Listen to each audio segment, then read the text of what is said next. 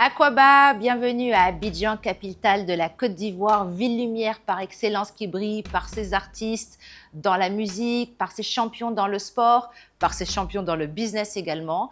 Et à l'occasion des assemblées annuelles de la Banque africaine de développement, c'est ici que nous avons choisi de tourner le 3e épisode d'Africa's Bright. Et c'est ici plus particulièrement dans le temple, le showroom mythique de notre plus grand artiste panafricain, Elly Quam, et nous allons retrouver Massogbé Touré, PDG de Sita, une des rares femmes dans l'agro-business en Afrique. On va retrouver également un champion, Frank Laté Lawson, multi-champion, multidiscipline et aujourd'hui fabricant de champions. Et on retrouvera un peu plus tard dans l'émission pour notre fameuse rubrique gastronomie Djeneba Keta qui va nourrir tous nos sens. Et on finit en musique comme d'habitude avec Gérard Lebrun, maître en sapologie, musique et son. Merci de nous suivre, à tout de suite.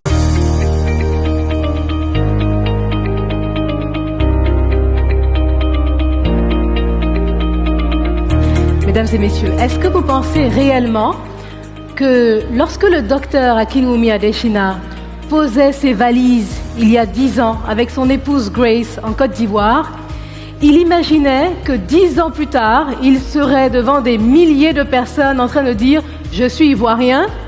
Je ne pense pas qu'il le pensait, mais c'est ça le sens de l'hospitalité à l'ivoirienne.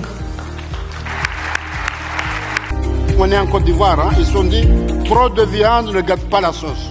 Donc même si la diaspora nous donne beaucoup d'argent, mais on a besoin de l'argent de la BAD, de la Banque mondiale, et vous dire que la BAD est notre deuxième partenaire au développement sur le plan multilatéral, mais l'année prochaine, il va dépasser la Banque mondiale et ce sera notre premier partenaire. Merci beaucoup, madame. And there's one thing I thank God for. His father sent him abroad to study medicine, and he decided to study agriculture. And Adesina is who he is because of his understanding of agriculture and how it is important for countries to feed themselves. So in all the documentaries that I saw, for me, the most important thing was moving that number of families out of hunger and increasing Africa's food production by 44 million tons. That's significant.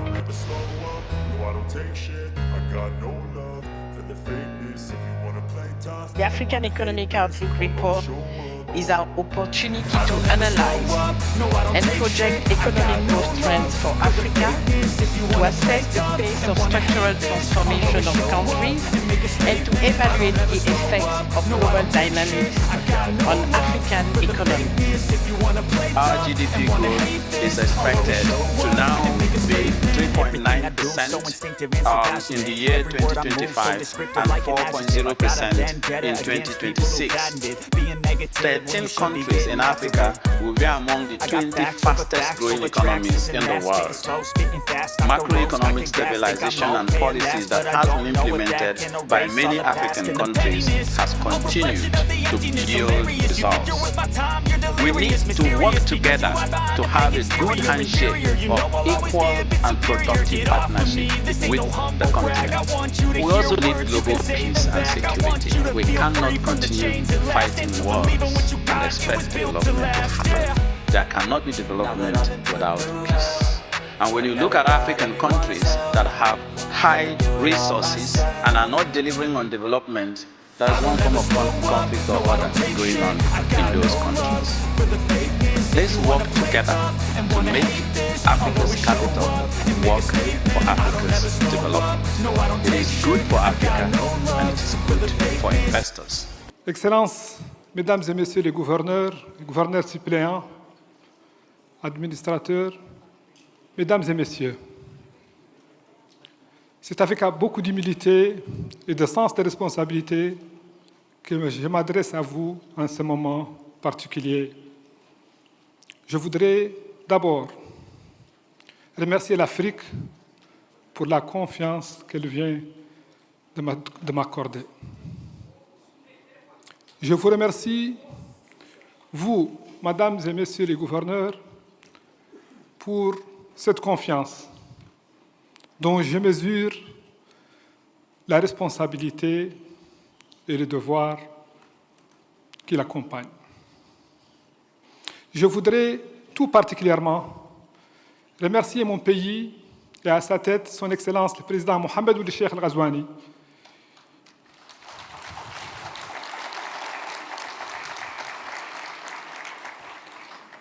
qui a porté ma candidature et qui a fourni des efforts inlassables pour l'aboutissement que nous venons de connaître. Je remercie tous mes frères et toutes mes sœurs mauritaniennes, toutes mes sœurs et tous mes frères africains pour l'élan de solidarité qui va accompagner ma campagne. Je voudrais faire une mention spéciale pour mon team qui a fait un travail remarquable depuis le début jusqu'à la fin.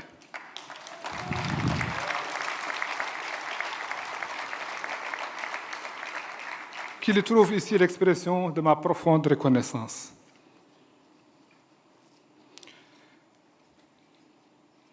J'ai le devoir aussi de remercier tous ceux qui ont appuyé ma candidature, de près ou de loin, que je ne pourrais pas tous citer dans ces circonstances.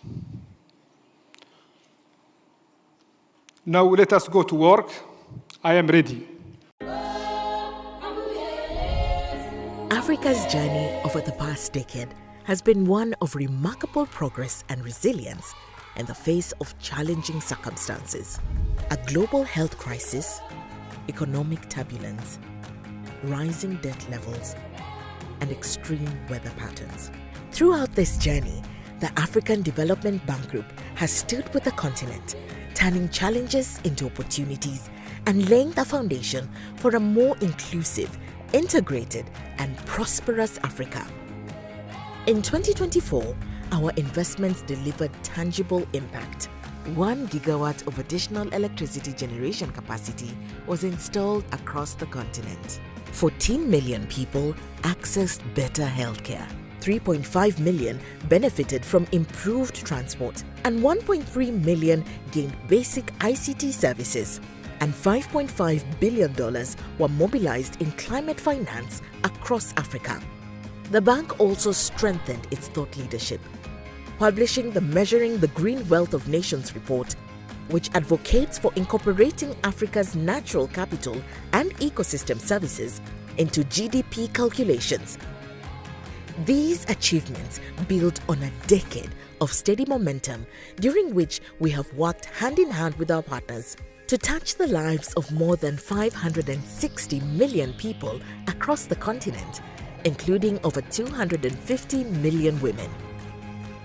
Over the last decade, 28.4 million people gained access to electricity thanks to projects like the Last Mile Connectivity Project in Kenya, which has connected over 2.6 million people and 5,335 small businesses to electricity, unlocking new opportunities for women and youth.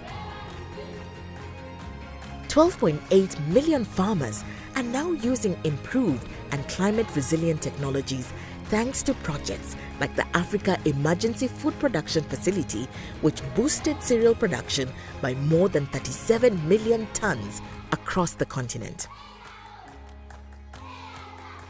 Over 121.2 million people now move more freely across Africa thanks to projects like the Fofoso-Saula Road Corridor in Ghana, which has opened vital connections to neighboring countries like Mali and Burkina Faso, strengthening regional trade, mobility, and opportunity.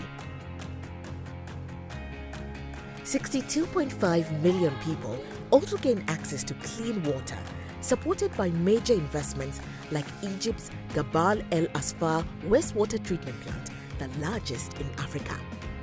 And across the continent, millions of jobs are being created thanks to projects such as Nigeria's Indorama plant, which is now producing 1.5 million metric tons of urea fertilizer, driving agro-industrialization by transforming the country into a major exporter. These are just a few results of the more than 5,700 projects transforming lives across the continent. Visit our Map Africa platform and see the bank's impact firsthand.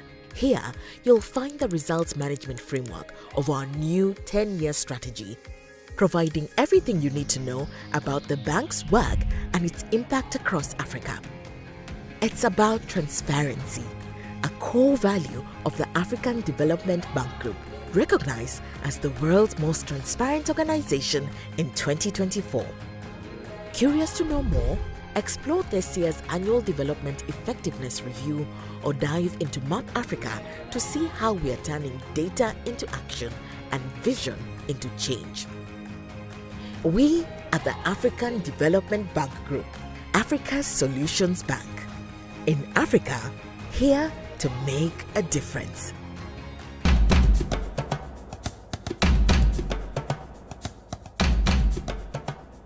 Massobé, bonjour, merci d'être avec nous ce matin. Comment ça va? Ça va bien, Dieu merci. Et vous-même? Ça va, merci. On est très content d'être là. Oui. Et je voulais savoir quand même, parce que effectivement, Massobé, vous aviez une carrière qui était bien lancée à l'international. Vous travaillez notamment pour une multinationale. Et puis, un matin, vous décidez de tout quitter comme ça pour aller dans les champs, pour vous lancer dans l'anacarde. Ouais. Comment l'histoire a commencé? Alors, merci beaucoup. Merci de me donner cette opportunité pour pouvoir m'expliquer. Alors, l'histoire est simple. J'étais effectivement cadre dans une multinationale où je travaillais et tout, mais issu d'une région assez pauvre, placée comme l'une des régions les plus pauvres de la Côte d'Ivoire. J'ai grandi avec cet esprit, avec la fougue de pouvoir réussir, qui va développer notre région. Comment nous allons sortir de cette situation? Je ne peux pas appartenir à cette région et dire que c'est la région la plus pauvre de la Côte d'Ivoire. Donc l'aventure a commencé là-bas. Et c'est une zone Odéné qui est à 850 km d'Abidjan, une zone de savane, bien entendu. Alors, à cette époque, on avait planté les anacardiers dans le but de pouvoir lutter contre l'avancée du désert, vu que c'est un arbre qui résiste aux intempéries, au feu de brousse et tout ça. Et la ville était vraiment minée et vidée de ses bras valides, parce que les jeunes venaient en basse-côte pour avoir des lendemains meilleurs. Et l'activité principale étant basée sur l'agriculture. Et cette agriculture qui était le riz, qui est planté sur plateau et soumis à tous les aléas. Du coup, la pauvreté était installée et au fur et à mesure qu'on avance, les bras valides étant partis, l'âge fait que les chefs de famille, vraiment, c'était un peu difficile. Voilà, pour pouvoir joindre les deux bouts. Pendant qu'on avait l'anacardier, et les fruits de cet anacardier, c'était les pommes cajou, mais qui étaient taxés de tous les maux, parce que c'était du poison en fait. Quand tu prends la pomme cajou, que tu bois de l'eau 2 heures de temps après, tu meurs. Voilà ce qu'on disait de la noix de cajou. Et c'est ce que nous tous, on savait de ça ici. Quand, à la faveur d'une mission en Inde, j'ai découvert le côté économique de la noix de cajou. Une surprise très agréable. Et j'ai regardé, j'ai dit, mais tiens, ce fruit, ça donne chez nous. Est-ce que j'ai vu les noix? J'ai dit, mais il y a bien des pommes au-dessus. Oui. Ils m'ont montré, j'ai dit, mais justement, c'est ce qui pose chez nous. Mais comment vous faites? Et j'ai vu que l'activité de Madras, de Kerera, de tout ce qu'on peut imaginer, mais elle repose sur l'activité de la noix de cajou. On transforme. Ils transforment, ils consomment et ils exportent. Alors pourquoi ne pas valoriser? Donc le déclic est venu. On a commencé. Je suis revenue et j'ai vu mon patron et je lui ai expliqué comme ça que je voulais partir. Mais il n'avait pas pris au sérieux. Il dit, mais qu'est-ce qui se passe? Et s'il ne faut pas un psy? Parce que... Et c'est pas possible, tu as une belle carrière, vraiment, moi je suis contente de vous et je pense même d'ici la fin de l'année, vous aurez une promotion. Tout ça, on me l'a dit. J'ai dit non, je vais démissionner. Et vous partez où, dans quelle boîte? J'ai dit non, je retourne au village. Je vais me mettre à la disposition de ma région. Et j'ai commencé à faire la culture de la noix de cajou. Donc, il fallait oser. Et donc, je suis venue. Et puis, comme je disais, c'est le lieu pour moi, effectivement, de rendre hommage aussi à mon époux, qui, lui, étant fondé de pouvoir à cette époque à la Société Générale, lui aussi a démissionné pour venir au village. Et c'est ainsi l'aventure a commencé. Et nous avons fait 5 hectares dans un quartier. Et les 5 hectares, on n'a pas vendu 1 kilo. Et il fallait attendre 4 ans. C'est en ce sens que j'ai dit aujourd'hui à la jeunesse, soyez patients. Le temps, c'est un autre nom de Dieu. Soyez patients. L'argent en vitesse, ça part en vitesse. Voilà. J'ai attendu 4 ans. Et la première récolte qu'on a obtenue, nous avons fait l'échantillonnage gratuit dans toute la région. Seul, on ne peut pas réussir. C'est ensemble qu'on doit pouvoir réussir. Mieux, nous avons créé une radio locale avec mon mari et expliqué en langue locale les techniques de planting et dire comment il faut faire pour qu'on puisse réussir. Partager les bonnes pratiques. Exactement. J'avoue que ce n'était pas facile parce que beaucoup n'y croyaient pas. Et quand ils ne croient pas, on dit on a commencé. Donc venez voir chez nous. À cette époque, la Côte d'Ivoire n'était même pas considérée comme un pays producteur de la noix de cajou, pour vous dire. Et aujourd'hui? Et c'était la Guinée-Bissau qui était le seul pays africain producteur de la noix de cajou, avec environ 100 000 tonnes. La Côte d'Ivoire a eu des philanthropes comme nous, comme Mme Touré, comme son époux, qui ont mis leur intelligence, leur savoir-faire, leurs petits sous à la disposition du pays, parce qu'on avait une vision. Et pendant qu'on n'était pas considéré comme pays producteur, aujourd'hui, nous avons porté la Côte d'Ivoire au rang de premier mondial avec plus d'1 million de tonnes. Voilà, c'est ça que je voulais que vous disiez. Vous avez, Masokbe, participé effectivement à créer, non seulement créer cette filière, et elle a dit le mot magique, transformation. On a beaucoup de ressources naturelles en Afrique qu'on exporte brut, donc on perd toute la valeur ajoutée. Vous, vous produisez, vous transformez, vous exportez sur plusieurs continents. Et justement, et quand nous avons réussi maintenant la production avec tout le monde, on exportait. Et avec cette exportation, avec beaucoup d'aléas auxquels nous sommes soumis, parce que c'était les Indiens qui venaient, ils viennent à une période précise, ils viennent payer les produits avec nos parents, parfois c'est pas bien payé, et bon, vraiment il y avait toujours des problèmes. J'ai commencé alors à demander, j'ai dit il faut qu'on arrive à pérenniser cette filière. Et pour la pérenniser, il faut passer à la transformation. Donc il faut transformer. Voilà un autre combat, un autre défi qui commence. J'avoue que, en tout cas, c'est pas du tout facile d'être premier partout. Donc j'ai commencé et j'ai constitué un dossier. Je me rappelle encore comme si c'était aujourd'hui. Parce que j'avais une chemise bleue où j'avais mis mon dossier, mon business plan pour décrire comment je voulais faire la transformation et comment on peut donner la valeur ajoutée à cette filière pour nous permettre de pouvoir transformer. C'est une culture pérenne. Si on reste au stade d'exportation de la noix brute, si pour une raison ou une autre, les Indiens ne viennent pas nous voir, qu'est-ce que nous allons dire à nos parents que nous avons engagés? Nous avons obligation de réussite. Il faut pérenniser ce que nous avons fait. Et c'est ainsi que j'ai commencé. Je suis passée partout dans toutes les banques. On m'écoute religieusement, mais quand je sors, on dit, mais la dame, elle est passionnée, elle parle, c'est bien, mais elle n'a pas d'argent. Elle n'a pas d'argent. Et puis les femmes, elles demandent jusqu'à 100 millions. Donc, quand je suis partie dans une première banque, quand on m'a dit, j'ai dit 100 millions, la personne me dit après que, tu vois, je vais te donner un conseil pour une femme, je crois que vous n'avez pas encore atteint le niveau des 100 millions. Généralement, ici, quand une femme prend un prêt comme ça, jusqu'à 10 millions d'accords, mais toi, tu n'as rien fait encore. Et tu es sûr, tu divides ton dossier, c'est bien. Mais l'industrie de la noix de cajou, c'est dédié aux femmes indiennes.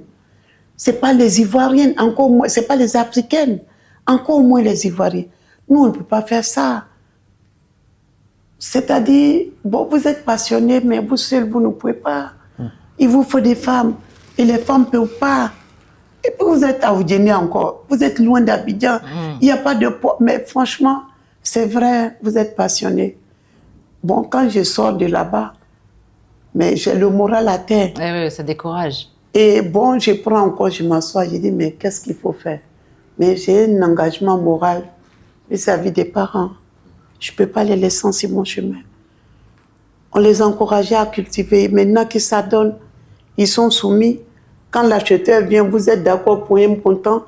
Alors, au moment de payer, ils disent non, la qualité n'est pas ça. Ils viennent couper en deux et ils se contentent du peu. Et ce n'est pas ça, ce n'était pas mon objectif. Ce n'était pas notre objectif. Donc, on a tourné partout. On a tourné partout. Mais personne ne nous a financés. Parce que déjà, l'activité de la banque, les gens ne connaissaient pas. Ouais. Et sur instruction, sur recommandation d'une personne qui m'a dit, bon, vous pouvez aller voir la BCAO. J'ai dit, bon, je vais aller voir la BCAO. Et je ne sais pas, ça fait près de 25 ans, 30 ans, un peu moins de 30 ans aujourd'hui. J'ai vu ce directeur national à l'époque de la BCAO. Parce qu'il y a 2 semaines, on a ouvert la nouvelle agence de la BCAO à Oudjéné. Je ne l'avais pas reconnu. Il est venu vers moi et il me dit, c'est Mansobé avec la chemise bleue. Vous êtes venu me voir. J'ai eu les larmes aux yeux. J'ai dit, c'est pas vrai. Mais vraiment, je suis contente, je vous suis, mais je n'avais plus votre numéro. J'ai dit, à chaque fois que je vous vois, j'ai dit, cette dame est venue me voir, passionnée avec un dossier. J'ai dit, mais la BCAO ne prête pas aux individus.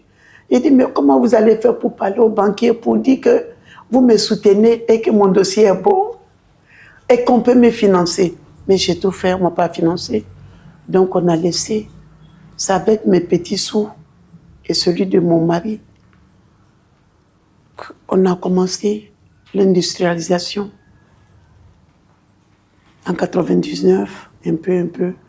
2020, nous avons fait l'ouverture de l'usine. Et on a commencé doucement. J'ai commencé d'abord par cuire dans la marmite. Aller étape par étape.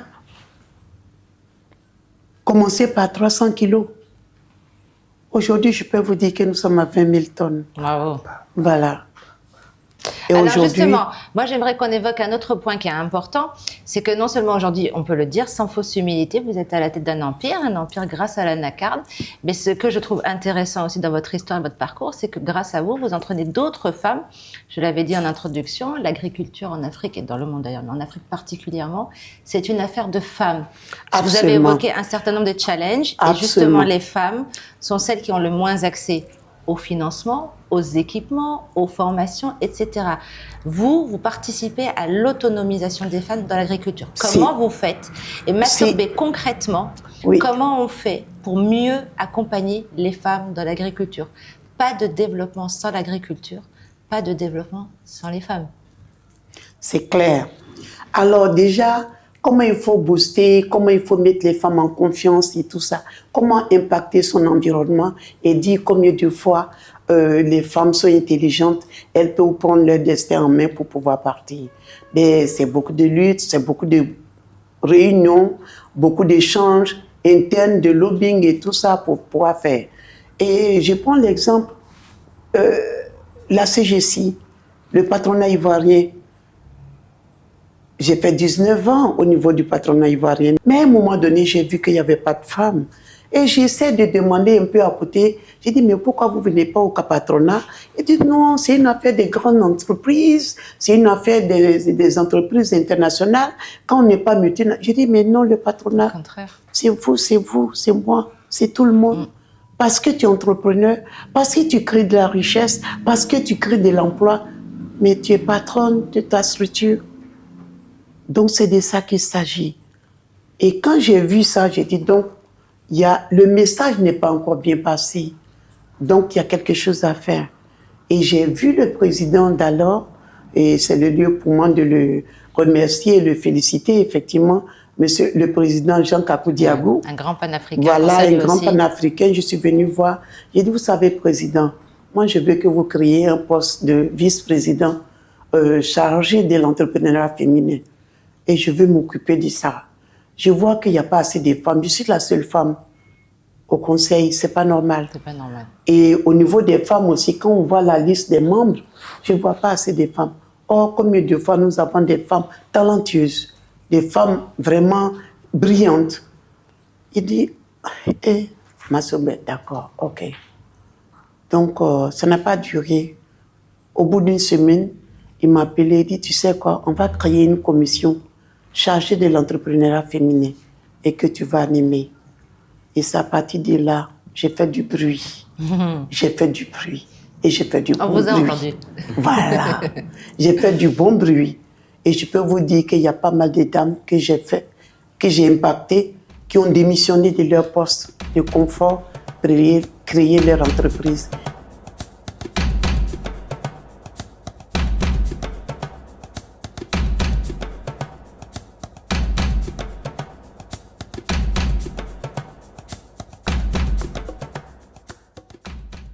J'ai vu Elie et Franck acquiescer à tout ce que vous disiez. Ça inspire, hein? C'est plus que ça. Et on a Massobé qui est une vraie championne du business et on la salue encore et vraiment bravo. Et on a un autre champion avec nous qui est Franck Laté-Lawson, qui va nous raconter qu'il y a plusieurs vies, plusieurs casquettes, mais qui est d'abord champion de taekwondo. Aujourd'hui, c'est une réussite qu'il partage notamment avec les jeunes. Et moi, j'aime bien savoir justement comment l'histoire commence. Comment, au départ, vous avez atterri sur les tatamis? Parce que c'est vrai que le taekwondo, c'est pas forcément aujourd'hui, oui, mais c'était pas une discipline qui était très populaire. On dit toujours qu'en Afrique, c'est le sport, hein, c'est le football qui est le roi. Hein.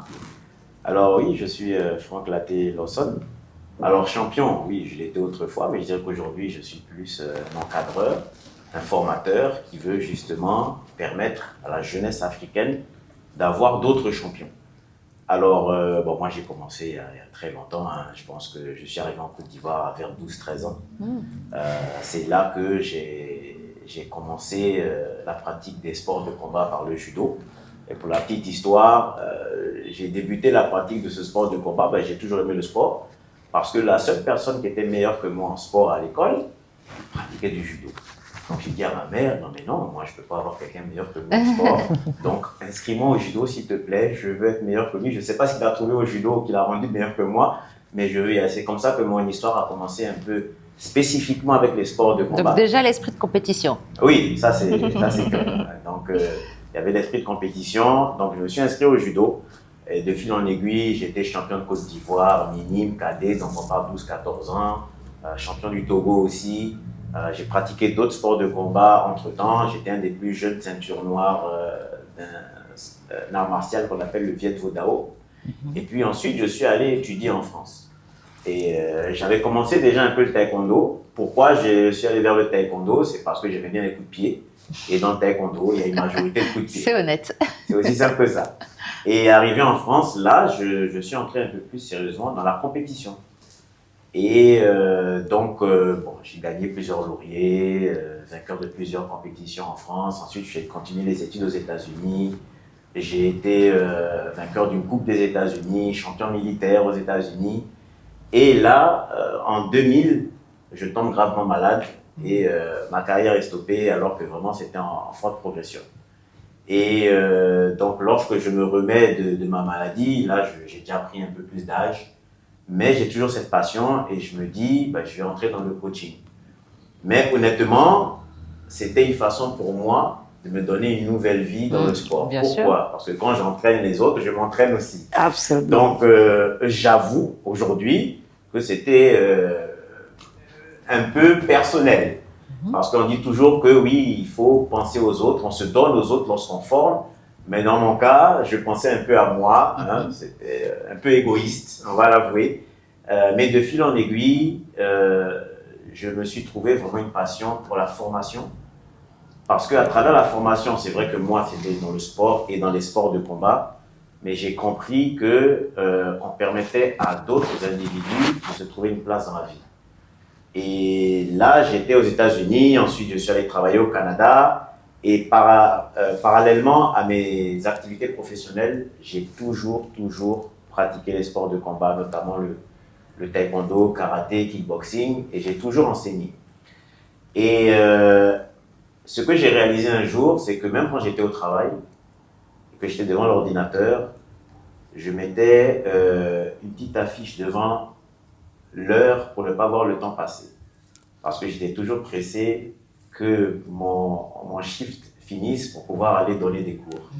Et là, j'ai réalisé un moment, mais en fait, ma véritable passion, c'est ça. Et donc, je me suis dit, en 2016, il y a un athlète ivoirien qui est devenu le premier athlète, tout sport confondu, à obtenir une médaille d'or olympique, Cheikh Cissé, et ça, c'était le taekwondo. Et moi, je me suis dit, pourquoi ça a pris autant de temps? Parce que, ayant commencé ma pratique des arts martiaux et du taekwondo en Côte d'Ivoire, je savais très bien que le talent était là. Que les jeunes avaient le talent. Et je me suis dit, pourquoi ça a pris autant de temps pour qu'on ait une médaille d'or olympique? Et en réfléchissant, je me suis dit, peut-être qu'on a des manquements en termes d'encadrement. Moi, j'avais eu la chance de vivre en Occident, notamment dans des pays qui sont très structurés sur le plan du sport, notamment les États-Unis, il n'y a pas mieux. Et je me suis dit, mais finalement, pourquoi ne pas rentrer et partager mon expérience? Peut-être que ça peut aider d'autres personnes à devenir des champions olympiques. Parce que je sais très bien qu'à travers le sport, on a des ambassadeurs du pays. Bien on sûr. le voit, hein. C'est vrai que tout le monde parle de football. C'est vrai. Donc on n'a plus à expliquer comment à travers le football, on peut avoir des jeunes qui gagnent très bien leur vie, deviennent même des multimillionnaires, mais il y a aussi tous les autres sports, des sports dits mineurs, mais à travers lesquels, surtout les sports olympiques, où on peut, si on obtient une médaille olympique, devenir vraiment des grands champions mondiaux, des représentants de la nation qu'on représente, des ambassadeurs, comme Cheikh Cissé aujourd'hui, qui est vraiment un exemple pour toute une jeunesse. Vous le connaissez bien? Oui, je le connais bien personnellement. Et donc, je me suis dit, Cheikh Cissé, il y en a en potentiel. Bien sûr. Des centaines, sinon des milliers en Côte d'Ivoire. Donc, pourquoi pas mettre en place les structures, les organisations qui peuvent accompagner ces jeunes-là afin que des Cheikh Cissé, comme aux États-Unis, il y a des milliers de champions olympiques, pourquoi ne pas y en avoir en Côte d'Ivoire aussi? C'est ainsi que je suis rentré vers 2017-2018. Je suis venu un peu observer le terrain et je voulais d'abord faire de la formation d'entreprise, parce que de profession, je suis formateur en entreprise. Et j'ai ouvert un club. Quand je suis revenu, j'ai ouvert un club parce que j'ai un ami qui avait une salle de sport. Il m'a dit, écoute, il y a une salle vide, je sais que toi tu es maître en taekwondo, ouvre un club. Donc j'ai ouvert un club pour d'abord former des jeunes sur le plan récréatif et éducatif. Et par la suite, j'ai pensé à développer le côté social. Donc j'ai transformé ce club en association à but non lucratif. Et aujourd'hui, on a un volet social à cette association, donc Evolution Academy, dont l'objectif est de former des jeunes souvent issus de milieux défavorisés, donc qui n'ont pas les moyens de se payer des formateurs qui peuvent les emmener peut-être au haut niveau, à moins d'intégrer les équipes nationales, mais même pour intégrer l'équipe nationale, c'est pas évident. Il faut commencer quelque part. Et ça, c'est un point que vous soulignez qui est important. Hein. Autant on aime le sport, les sports en Afrique, ça coûte cher. Ça coûte très cher, surtout quand on veut atteindre un certain niveau. Absolument. Vous le dites très bien, ça coûte très cher lorsqu'on veut atteindre un certain niveau. Parce que c'est là où, on y reviendra un peu plus tard, mais c'est important que l'État s'implique. Parce que le talent, il est là. On sait très bien que le sport est un vecteur de cohésion sociale. Tout le monde fait du sport en Afrique, plus qu'ailleurs. Mais à quel niveau est-ce qu'on passe de l'amateurisme au professionnalisme pour pouvoir remporter les médailles internationales. Donc, à travers Evolution Academy, l'idée, c'est de former tous ces jeunes qui ont peut-être du talent au sport de haut niveau. Et préparer ces jeunes qui viennent, comme je dis, souvent de milieux défavorisés, qui ont déjà peut-être leur club avec leur maître, et en collaboration avec ces maîtres, on me les confie. Moi, je les initie donc au sport de haut niveau. Et on peut dire qu'aujourd'hui, plusieurs de ces jeunes sont champions nationaux. Bravo. J'ai moi-même été nommé entraîneur national de l'équipe paralympique, parce qu'il y a le sport paralympique en taekwondo. J'étais aux Jeux paralympiques de Paris cet été. Et il y a un volet social à développer. Parce qu'évidemment, dans les pays en voie de développement, on a beaucoup de jeunes qui viennent de milieux défavorisés. Les jeunes au niveau paralympique, c'est vraiment pas développé, mais le talent est là. Donc, la Fédération ivoirienne de taekwondo a créé un volet paralympique. J'étais avec d'autres personnes impliquées dans cette première équipe nationale paralympique. J'ai pris 2 jeunes qui n'avaient jamais pris l'avion. On est allé en compétition internationale pour la première fois en championnat d'Afrique au Niger. Ils ont tous les 2 eu une médaille de bronze. Ah, c'est génial. Et c'est là qu'on a vu le potentiel. Le potentiel. Et donc, un de ces 2 jeunes, en l'espace de 2 ans, est passé d'un jeune qui vivait à Oumé, qui ne vivait même pas à Abidjan. Donc ça, c'est l'Evolution Academy. Evolution Academy. Alors, à travers le sport de haut niveau, notamment le taekwondo et le karaté, parce que ce sont des sports de combat qui ont déjà été aux Jeux Olympiques et qui sont aux Jeux Olympiques pour le taekwondo, l'idée, c'est de former ces jeunes-là aux valeurs de l'olympisme, qui deviennent de meilleurs citoyens pour la société de demain. Et surtout aussi, vu qu'ils sont déjà talentueux, qu'ils arrivent à remporter des médailles pour le pays en compétition internationale, moi, je veux surtout qu'ils puissent continuer leurs études. Donc, parallèlement à leur carrière sportive, je cherche des sponsors pour leur permettre de continuer les études. Aujourd'hui, on a 3 athlètes en masters. Il y en a plusieurs autres dont on paye les études, qui sont en bac, en terminale, qui vont passer leur bac. Donc, c'est un peu le projet. S'assurer que tous ces jeunes à fort potentiel puissent devenir des champions, mais aussi qu'ils puissent assurer une insertion sociale. Oui, parce que le milieu du sport est aussi très compétitif. Tout le monde ne peut pas devenir champion, qui puisse aussi s'assurer un avenir. Non, bravo, hein, ça aussi, ça inspire. Et moi, j'ai une autre question à vous poser, parce qu'effectivement, quand pendant longtemps, on a parlé de sport et développement. Aujourd'hui, on parle beaucoup plus de sport et business. Et ça, moi, j'avoue que j'aime bien. Et on voit effectivement, pendant très longtemps, on parlait que du foot. On sait que le foot, la CAN notamment, et encore bravo à la Côte d'Ivoire. Vous nous avez fait briller, pour le coup, très belle CAN. Ouais. Mais effectivement, on sait que le foot, c'est du business, c'est de l'argent qui rentre, c'est du développement, à travers les infrastructures, etc. Aujourd'hui, on sait aussi qu'il y a d'autres disciplines sportives qui se développent plutôt bien. Je pense au basket, je pense à la natation aussi, l'athlétisme, etc. Comment est-ce qu'on fait aujourd'hui, en partant de votre expérience, votre expertise, comment est-ce qu'aujourd'hui on peut faire mieux pour effectivement mieux structurer ces filières pour qu'elles aient un plus grand impact économique et social? Absolument. Alors, vous le dites bien, hein, je veux dire, le sport est vecteur de cohésion sociale. Je pense que ça, on le sait tous. Mais le sport, puis on regarde l'exemple des États-Unis, le sport est un outil de développement économique gigantesque. Mais on est encore très loin de ça sous nos cieux. Souvent, pourquoi ? Je ne saurais vraiment l'expliquer, mais je pense que c'est peut-être culturel. C'est peut-être parce qu'on se dit que, déjà même si on parle du foot, c'est récent, hein? Moi je me rappelle quand je grandissais, dire à tes parents que tu vas faire du foot, c'était t'assurer des raclés à la maison. Oui, c'est risqué. Voilà, c'était très risqué. Et souvent, ceux qu'on voyait réussir au foot, c'était ceux qui étaient à l'étranger. Pourquoi ? Parce que culturellement, peut-être encore une fois, on se dit que c'est un outil de développement tout court. Chez nous, c'était soit tu vas en finance, soit tu deviens docteur, soit tu deviens avocat. Mais utiliser le sport pour réussir dans la vie, c'est récent. Parce qu'il y a eu quelques exemples qui ont vraiment réussi. Didier Drogba, avec le foot. Aujourd'hui, Cheikh Cissé, à travers le taekwondo. Donc, les parents qui souvent viennent de milieux défavorisés, pour ne pas dire pauvres, hein, et qui peut-être n'ont pas l'éducation qu'on peut trouver en Occident, n'ont pas les moyens même, comme vous le disiez un peu plus tôt, de mettre leurs enfants dans ce sport. C'est genre, va à l'école, ça, tu pourras trouver un travail plus tard. Je n'ai pas le temps de te payer des cours de taekwondo que tu vas prendre sérieusement plutôt que d'étudier. Alors que dans les pays développés comme les États-Unis, l'un ne va pas sans l'autre. Ce n'est pas tu choisis le sport au contraire, versus les études. C'est simultané. Exactement. Il y a même des programmes sport-études. Moi, je me rappelle à l'université, tous les joueurs de basket qui espéraient aller au haut niveau en NBA devaient, c'était une obligation, avoir de bonnes notes à l'université. C'était pas peut-être, non, il y avait des exceptions, bien sûr, qui viennent de milieux sans être allé à l'école, mais tu veux devenir une grande star de NBA, tu dois avoir des bonnes notes à l'université. Aujourd'hui, le sport-études n'existe pratiquement pas. Je crois que ça commence. Ça commence, absolument.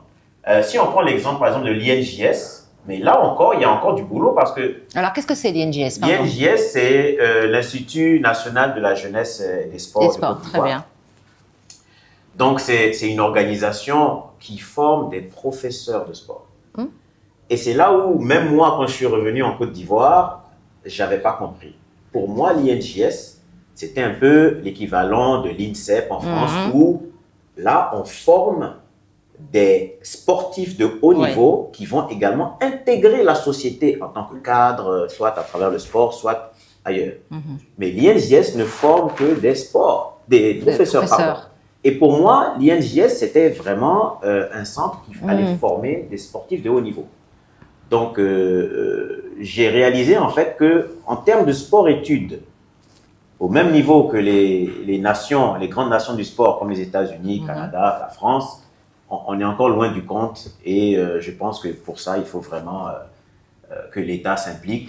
Mais c'est une vision, c'est une volonté. Et il faut passer, moi, à mon niveau, vous passerez le message justement. C'est ça. À travers l'Académie Evolution, on essaie de faire ce qu'on peut pour au moins se concentrer sur les quelques athlètes qu'on a et puis mettre un peu, je veux dire, allumer la mèche et la petite flamme qui va devenir le feu qui prendra un peu le milieu.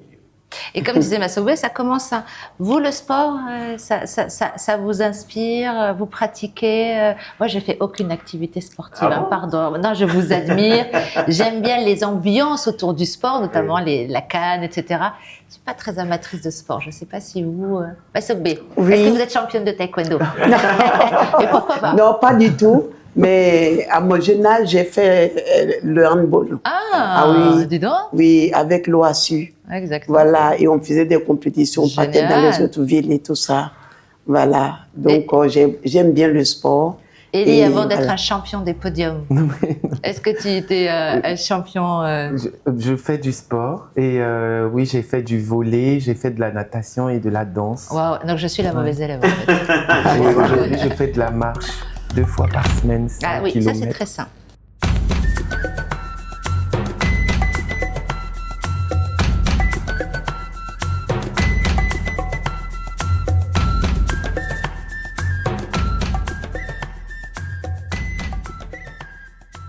Élie, je disais, toi tu es un champion des podiums. Toi tu fais briller l'Afrique et tu nous fais briller nous, surtout les femmes africaines. Amen. Et toi aussi tu as une belle histoire. J'aimerais que tu la partages avec celles et ceux qui nous écoutent. Parce qu'à chaque fois, ça commence quelque part.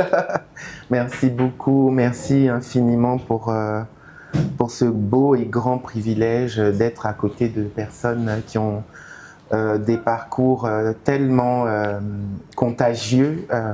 Alors, pour moi, tout commence à Paris. Je suis en sciences éco et 4 mois avant mon bac ES, je décide d'arrêter et de trouver une voie parce que je ne trouvais plus ma voie. J'arrivais à Paris alors que j'avais passé toute mon enfance à Abidjan avec quelques voyages, mais pas de long séjour. Donc, j'arrive en France complètement désorientée, avec un nouveau système auquel il faut faire face, une nouvelle façon de penser, de nouveaux profs et tout ça. Et donc, de fil en aiguille, je tombe sur un cursus qui s'appelle BEP Métier de la mode. Donc, je décide d'embrasser cette formation-là sur 2 ans, puis 2 ans après, un brevet technique en création sur mesure. et je suis lauréat d'un concours avec la Chambre de commerce et d'industrie de Paris. Et tout de suite, toutes ces années-là, je travaillais en assistanat dans des ateliers de couture, en l'occurrence, et surtout pendant une longue période chez ma grande sœur et mon amie Clarisse Yerex, qui m'a beaucoup apporté et beaucoup aiguillé quant à l'excellence, le désir de cultiver l'excellence. Et donc, après ce concours-là, j'ai eu une opportunité pour aller travailler en Arabie Saoudite, puis gérer 7 usines de production pour le wholesaling sur le Moyen-Orient. Et ces expériences-là m'enrichissent chaque fois. Et donc, je reviens à Paris et puis il y a une situation très particulière qui se passe. Je me retrouve dans un pays africain, disons sur le continent, en tant que créateur africain. Et puis quand l'événement est terminé, je rentre à Paris dans mon confort. J'avais un showroom qui ne m'appartenait pas, que je partageais, qui était 33 rue Washington. Okay. Et ensuite, j'ai eu un showroom pas loin de la Bastille. Et toujours avec de la facilité. Alors que au départ, mes parents, mon père surtout, était contre le fait que son aîné puisse embrasser une carrière dans les arts et en l'occurrence dans la couture. Parce que quand on dit à ses parents qu'on veut être coiffeur, couturier ou footballeur, à cette époque, c'est très complexe. Ouais. Et mon père me voit comme ça franchir les gaps et puis finalement devenir lauréat. Et c'était un premier défilé. Mon père était là très fier et depuis me soutient énormément. Donc de fil en aiguille, je me retrouve face à moi-même et je me parle à moi-même. Je me dis que je suis hypocrite. Donc il y a toute une remise en question autour de ce confort européen et de ce désir passionnel constant de vouloir bousculer les choses pour montrer qu'en Afrique, moi j'ai eu une enfance magnifique au village. J'ai grandi à Soubry, mon père est de Soubry. J'ai grandi au village avec mes grands-parents et j'ai été très heureux. Voilà. Donc quand on me montrait une Afrique où les gens sont malades, où on ne sait pas faire ci, où oui, vous les Africains, vous êtes toujours en retard. En fait, il y avait quelque chose qui se passait. Et donc, du coup, après cette remise en question, je commence à me préparer à rentrer en Côte d'Ivoire et c'était en 2013. En 2014, je viens à Abidjan pour des petits séjours, je commence. Et en 2015, je trouve une boutique à 15 minutes d'ici. Et avec une ambition de vouloir faire les choses bien, de bien faire les choses, de positionner mon pays ou de positionner ma culture ou de positionner mes reines ou mes rois comme étant ceux-là qui croient en l'art de s'habiller, en l'art du beau, qui croient en le textile, qui croient en l'entrepreneuriat. Et donc, je m'installe à côté, j'y reste 2 ans. Malheureusement, je perds cette boutique, mais Jéhovah étant le plus puissant et le plus fort des dieux, me permet de rentrer, de tomber comme ça, par hasard, ici, nez à nez avec le propriétaire, que je salue, qui malheureusement nous a quittés il y a 1 an, pardon, Monsieur Zarour, qui me dit « Écoute, Élie, je ne sais pas quel Dieu tu as prié, mais je crois en toi et on va y aller ensemble. » Et donc, on a cette boutique-là, on construit tout en 1 an, avec l'ambition de montrer ce qu'on est capable de faire. Parce que moi, j'ai appris ce métier et j'ai toujours eu pour ambition de présenter un département mode, textile et design, entre guillemets, dans un intervalle de luxe, ce qu'on essaie de retranscrire ici.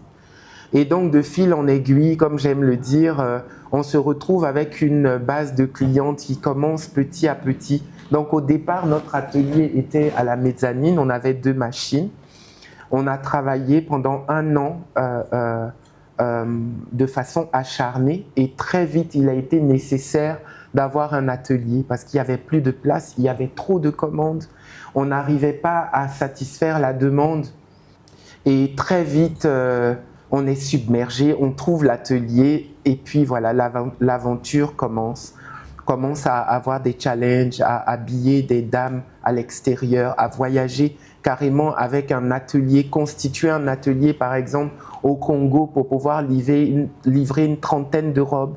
On a un carnet de commandes qui est énorme, mais quand on va voir les gens, c'est la même chose. Ah mais oui, fou, hein. Eliquam, oui c'est vrai, c'est ça, mais vous rêvez. Alors que les maisons de couture en Europe sont gérées par des industriels, par des businessmen, par des gens qui créent de l'argent. Et hier encore, je regardais un reportage sur Monsieur Bernard Arnault qui chapeaute ces maisons de couture avec brio. Et en 1 heure, ils vendent un sac à 2800 €. Il est monté en 1 heure. Le sac est monté seulement en 1 heure. Donc chaque heure, il y a un sac à presque 3000 € qui est fabriqué. Et nous, ici, on galère. Et c'est une des plus grandes fortunes au monde. Ah oui. Arnaud. Il a d'autres activités, mais oui. c'est l'industrie du luxe. Ah oui.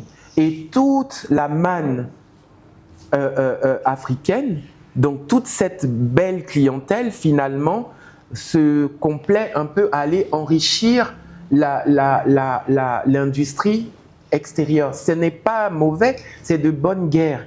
Mais nous, on s'est un peu insurgés, si vous voulez, en rebelle et en entrepreneur vraiment ancré dans ce rêve qui est une réalité en fait. C'est-à-dire que moi, je vis mon rêve éveillé. J'ai aujourd'hui, et je suis reconnaissant, une vingtaine de collaborateurs qui me soutiennent. On est vendu au Nigeria, on est vendu au Ghana, on est vendu à Paris, on est vendu au Congo, dans les 2 Congos. On a des perspectives énormes. On a de bonnes nouvelles qui sont en chemin. Et voilà. J'ai entendu tout à l'heure l'entrepreneuriat, la transformation. Aujourd'hui, nous allons fabriquer, nous allons utiliser ce que nous avons comme héritage et nous allons apporter cette modernité sur ce que nous avons en fait sur le long terme. Et c'est ce que nous allons mettre à disposition de notre clientèle avec un savoir-faire irréprochable, avec un service sur mesure.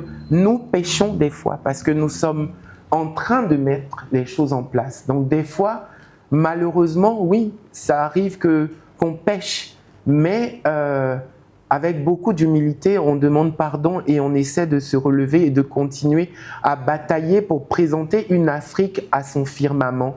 Une Afrique belle, avec la quintessence la plus absolue.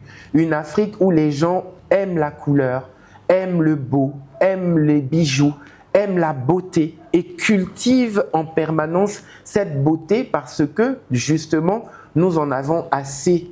Et nous avons eu assez à colmater des stigmates. Et aujourd'hui, nous voulons montrer ce que nous savons faire.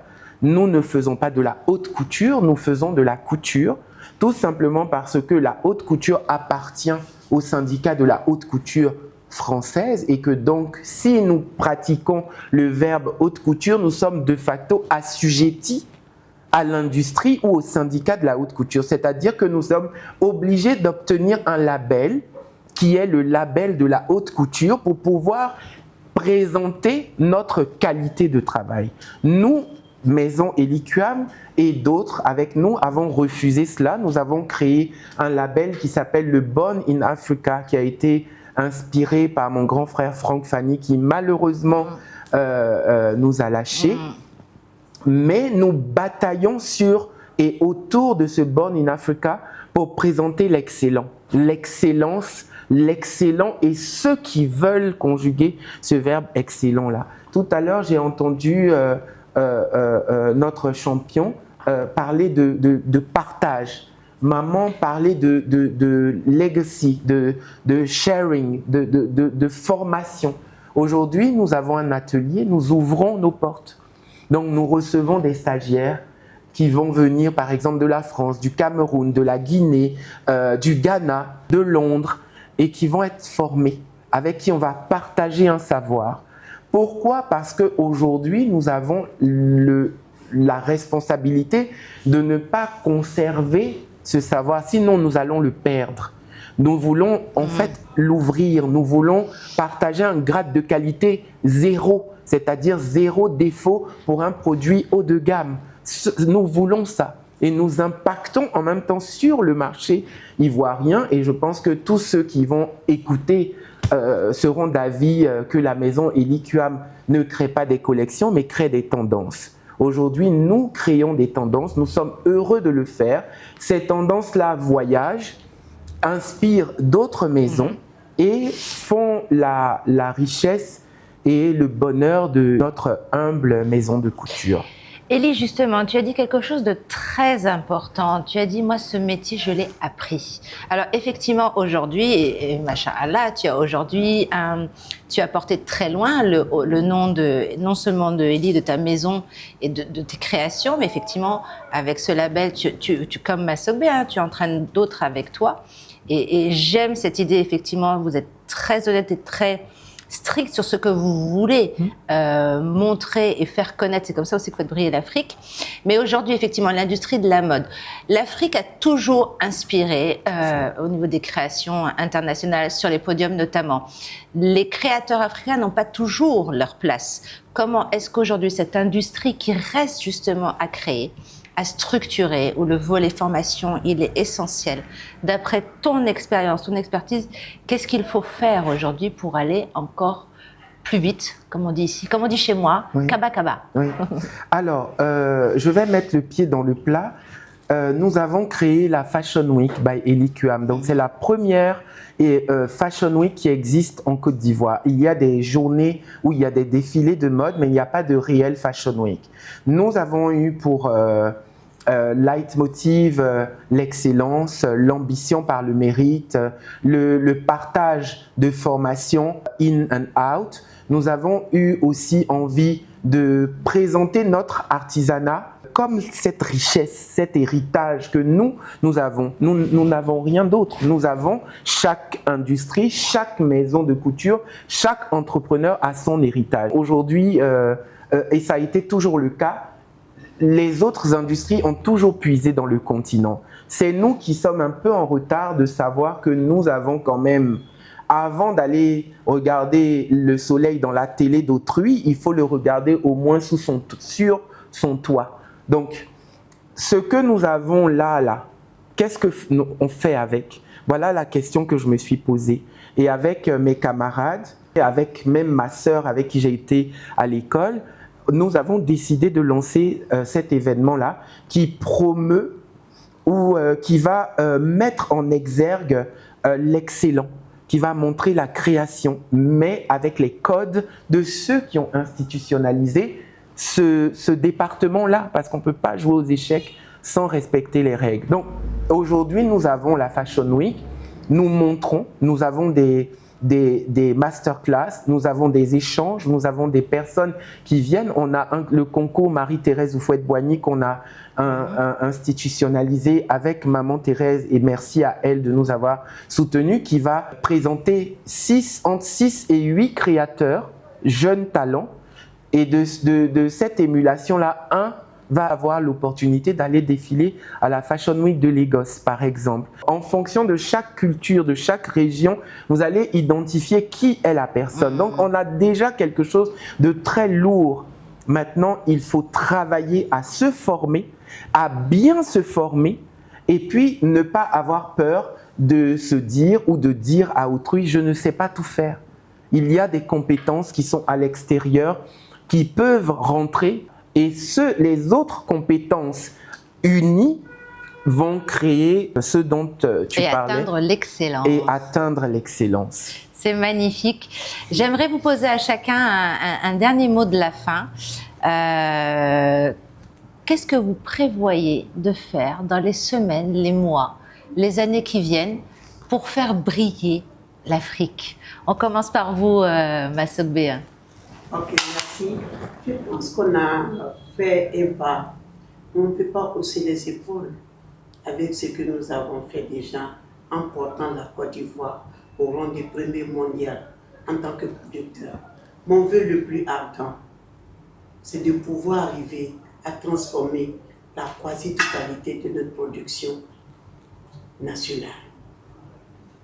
Faire de cette filière le socle du développement et à partir de là, créer des champions. Nous voulons des champions nationaux. Nous voulons partir d'ici et faire briller l'Afrique à travers notre savoir-faire. Merci. Ils arrivent les champions.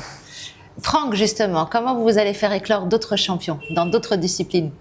Alors, Evolution Academy, depuis les 2 dernières années, nous avons réussi à devenir une association enregistrée au ministère de l'Intérieur en 2023. Et en ces 2 années, nous avons eu 2 champions du monde de karaté.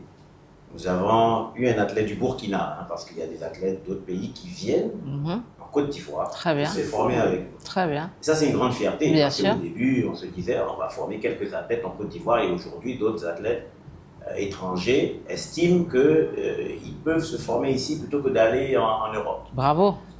Donc, et ça en l'espace de 2 ans. On a participé aux Jeux Olympiques avec cet athlète du Burkina, aux Jeux Paralympiques avec un athlète ivoirien. Et je pense que pour la prochaine étape, ce serait vraiment faire de l'Evolution Academy un centre international officiellement qui peut accueillir des athlètes qui sont boursiers. Parce qu'aujourd'hui, certains athlètes boursiers dans d'autres pays cherchent à aller en Europe parce qu'ils ne trouvent pas les centres adéquats de formation en Afrique. Mais là, ça change. Parce que je reçois tout le temps des demandes. Est-ce qu'on peut venir en Côte d'Ivoire, s'entraîner, se former avec vous? Alors qu'officiellement, nous ne sommes pas encore un centre international. Donc d'ici, je dirais, les prochains mois, la prochaine année, c'est l'objectif. Essayer vraiment d'officialiser ce statut de centre international de formation.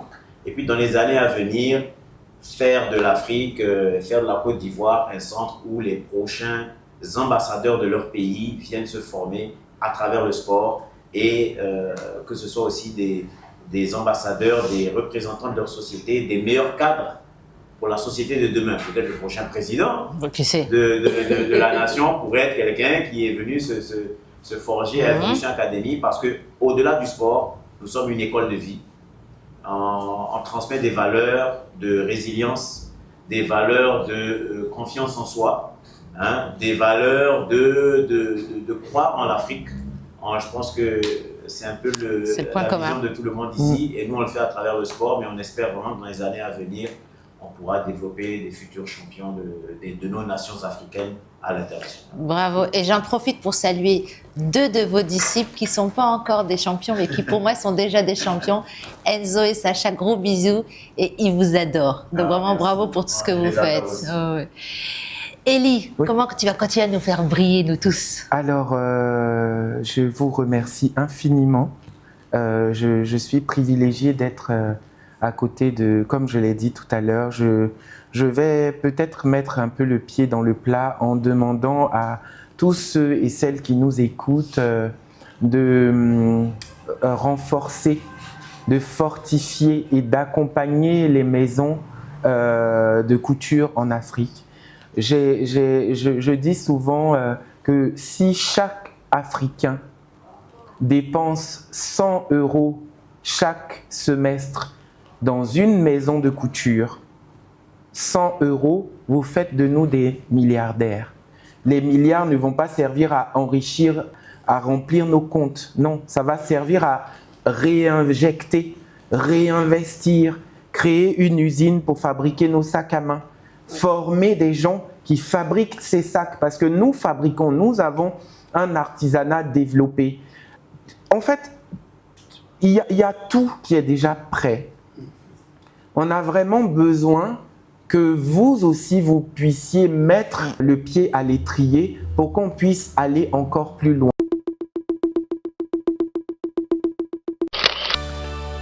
Kipux Afrique est une société anonyme de droit ivoirien au capital donc de 3 milliards de francs CFA. Notre vocation, c'est d'être aux côtés des administrations africaines, des administrations en charge du transport routier, et puis également accompagner l'ensemble de ces administrations dans le cadre de mobilisation de ressources africaines. Le digital permet de mettre au cœur des politiques publiques les attentes des populations, d'améliorer la qualité de service, mais également de rapprocher l'administration des administrés. Ces investissements permettent également de mettre en place des infrastructures technologiques robustes qui permettent de soutenir le déploiement des différentes solutions technologiques que nous mettons en place, avec différents acquis en termes d'impact sur l'accidentalité, en termes d'impact sur le nombre de tués sur nos routes, mais également, je dirais, en termes d'amélioration significative de la qualité de service rendue aux citoyens. C'est une plateforme interactive qui permet d'avoir un gain de temps, mais surtout qui permet également de mettre dans un même écosystème l'ensemble des intervenants dans la chaîne donc, de traitement des documents administratifs, mais également du service public. Donc nous avons d'un côté toutes les administrations qui peuvent impacter la qualité de service, qui se retrouvent sur la même plateforme, dans le même écosystème, donc tout le monde se voit. Et de l'autre côté, l'administré ou le citoyen qui en fait la demande se trouve donc en face d'un guichet unique avec l'ensemble des intervenants à sa disposition en un seul clic, avec donc des temps de réponse, des délais de réponse aujourd'hui qui sont réalisables en moins de 24 heures. Sur la Côte d'Ivoire, je voudrais préciser que notre projet, c'est de renforcer notre présence auprès d'autres administrations, notamment les administrations en charge donc, de la mobilisation de ressources financières non fiscales nécessaires à l'État, améliorer également la qualité des services rendus aux citoyens avec beaucoup plus de dématérialisation.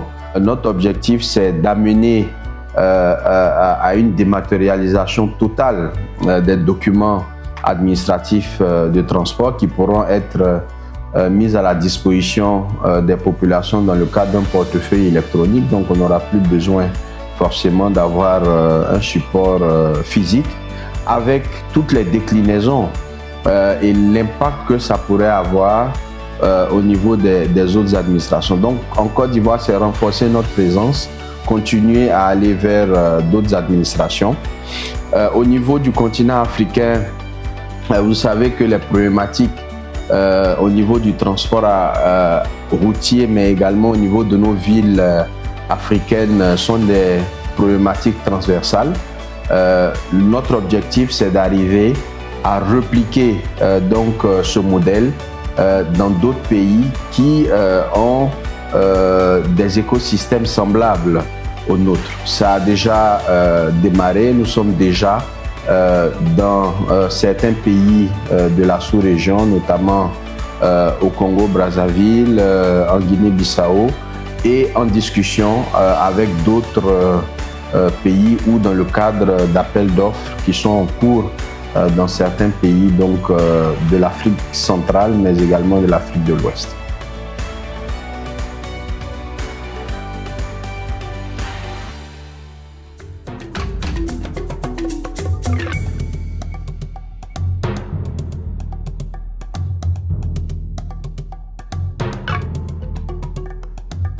Je suis Geneva Keita Sokona, je suis la fondatrice et chef d'orchestre d'Africafé, qui est le coffee shop restaurant, qui fait la promotion du continent à travers ses ingrédients locaux, sa diversité culinaire et sa culture.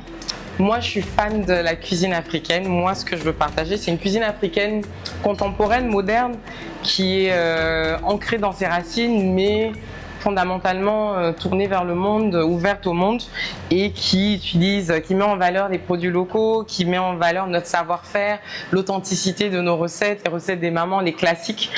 Moi, c'est ce que je veux partager. Une cuisine africaine moderne et contemporaine.